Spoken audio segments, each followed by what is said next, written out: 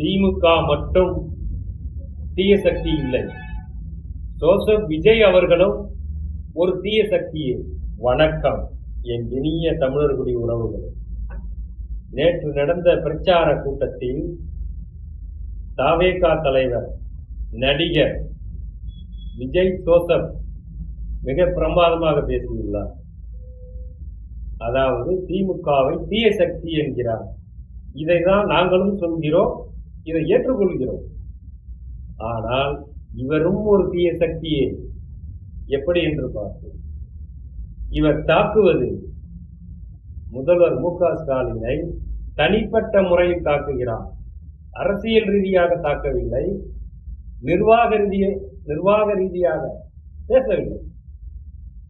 நேரடியாக முதல்வர் அவர்களை பேசுகிறார். பேசத்தான், அதை நாங்கள் எதிர்த்து தெரிவிக்கவில்லை, பேச வேண்டியதுதான். ஆனால் இவருக்கு பேச மட்டும்தான் தெரியும், கேள்வி கேட்க மட்டும்தான் தெரியும், பதில் சொல்ல தெரியாது. எங்கே தைரியம் இருந்தால் ஒரு செய்தியாளர் சந்திப்பு வையுங்கள், செய்தியாளர் கேட்கும் கேள்விக்கு பதில் சொல்லுங்கள். முடியுமா? அடுத்தது பாத்தீங்கன்னா நாளே கேள்வி கேட்கிறேன். இவர் சொல்லிட்டோம். சமீபத்தில் வாக்காளர் திருத்தம் நடைபெற்றது. இது குறித்து வாயே திறக்கல. திருப்பரங்குன்றத்துல இவ்வளவு பிரச்சனை நடந்தது, வாய் திறக்கல. எந்த ஒரு பிரச்சனைக்கும் ஒரு வாய் திறக்க மாட்டாரு, ஏன்னா தெரியாது. அதே மாதிரி இவரை வளர்த்து விட்ட திரைத்துறை என்ன லட்சணத்துல இருக்குன்னு இவருக்கு தெரியுமா? யார் கையில் இருக்குன்னு தெரியுமா?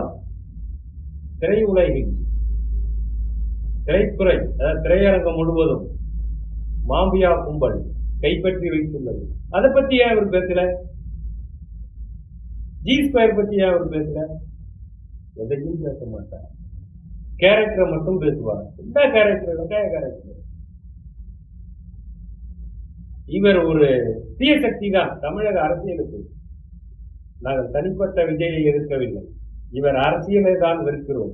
மீண்டும் திராவிட அரசியல் எங்கள் மண்ணுக்கு வேண்டாம் என்பதுதான் எங்கள் கேள்வி. நன்றி, வணக்கம்.